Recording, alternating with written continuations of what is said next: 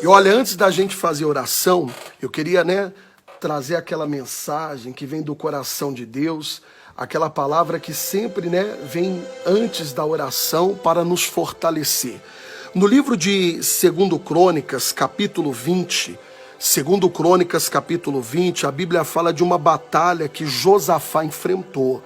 E nós temos muitas lições aqui para compartilhar. Vou começar aqui do versículo 1. A Bíblia diz assim, 2 Crônicas, capítulo 20, verso 1.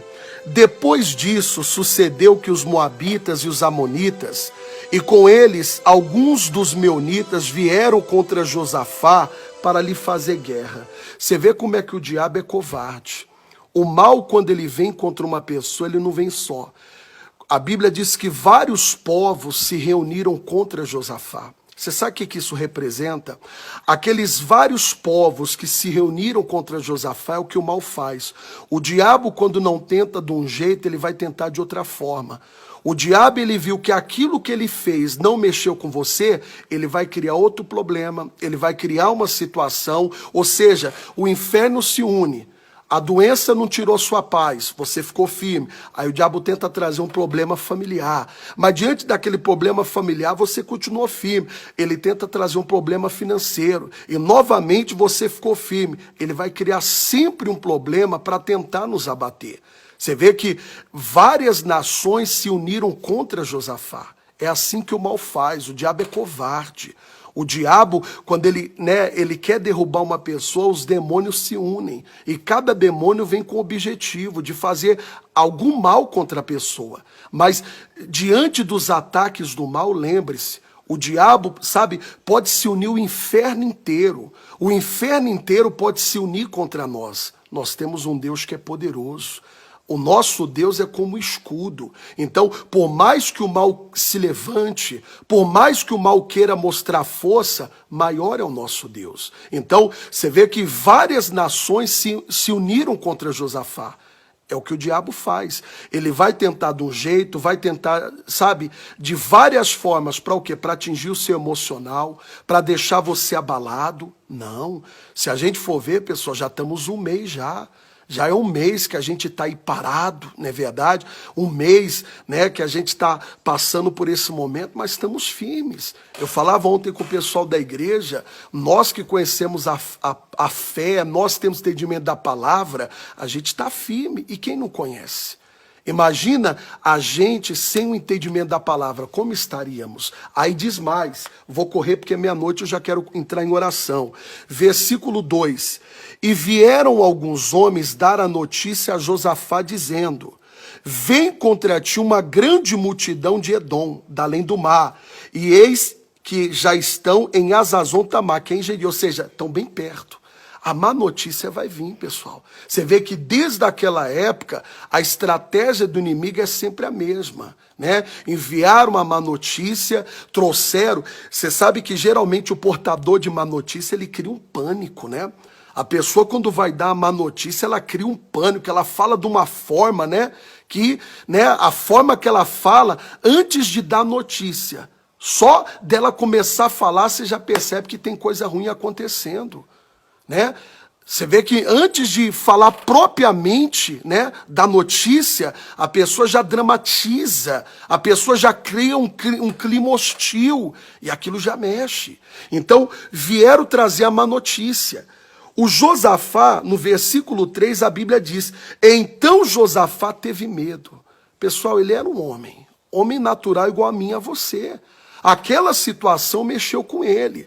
Você não tem que se sentir mal. Existem coisas que vão acontecer que mexem, abalam o nosso emocional, ficamos chateados, ficamos nervosos. Quando trouxeram a má notícia, aquilo deixou Josafá com medo. Mas olha o que ele fez. Aqui que está toda a diferença. Tem coisas que acontecem que vai mexer com a nossa carne. Tem coisas que acontecem que vai abalar, vai estremecer. Mas olha o que diz. Quando ele sentiu medo, quando ele sentiu medo, diz a Bíblia, e pôs-se a buscar ao Senhor, e apregoou jejum em todo Judá. Quando ele percebeu que o medo entrou, ele foi para a presença de Deus. Você não tem que se culpar. Se hoje, sabe, o que está acontecendo está assustando você, você tem que ir para a presença de Deus. Pastor, olha, eu ouvi algo que me deixou muito triste. Pastor Neilson, me deram uma notícia, sabe, que mexeu com o meu emocional. Vá para a presença de Deus. Ele sentiu medo, porque nós somos homens. Então, tem coisas que vai mexer conosco. Tem coisas que vai criar em nós uma reação até mesmo negativa. Mas nessa hora, nós temos que fazer o que ele fez. Ele foi para a presença de Deus. Ele se apresentou diante de Deus. É o que você tem que fazer. Eu falo que hoje, quando fala de futuro, muita gente está preocupado com o futuro, pessoal. E isso aí é natural, nós somos seres humanos. Só que nessa hora, o que você tem que fazer? Quando você perceber que está batendo aquela preocupação, vá para a presença de Deus. Foi o que ele fez. Ele sentiu, aquilo mexeu com ele. O que ele fez? Pessoal, nós vamos jejuar e nós vamos pedir socorro ao Senhor. É muito forte, ó. Olha o que diz aqui, ó, o versículo 4.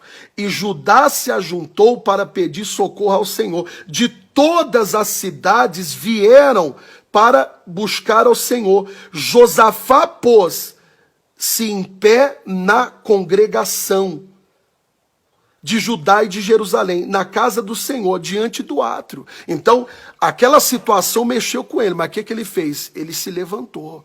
É o que você tem que fazer. Você não tem que ficar aí, sabe, abatido, você não tem que ficar nessa tensão.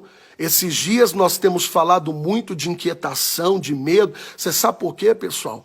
Eu estava vendo uma pesquisa, a maior parte das pessoas que estão indo para o hospital com falta de ar, não é nem o corona, é crise de ansiedade.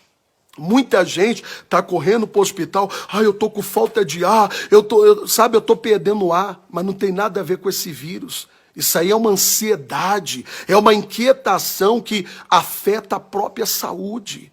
Então, quando o medo vier, quando você sentir, pastor, eu tô ficando nervoso, eu tô ficando inquieto, eu tô ficando desassossegado, sabe? O que está acontecendo, está abalando, está mexendo comigo, você tem que ir para a presença de Deus. Foi o que o Josafá fez. Na mesma hora ele abriu um jejum.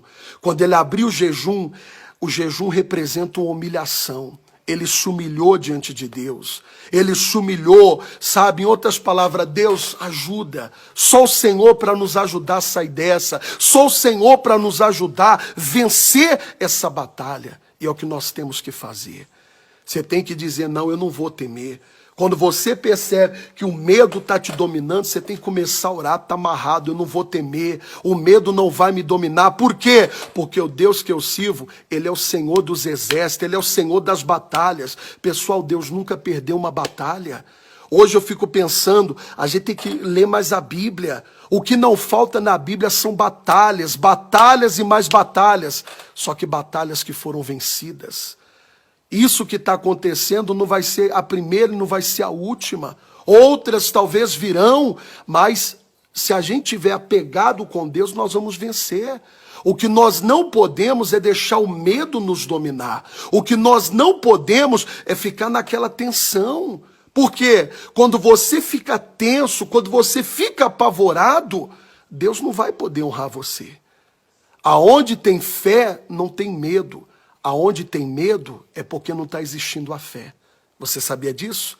Não tem dois termos, né? Se tem medo, está faltando a fé. Jesus falou isso para os discípulos.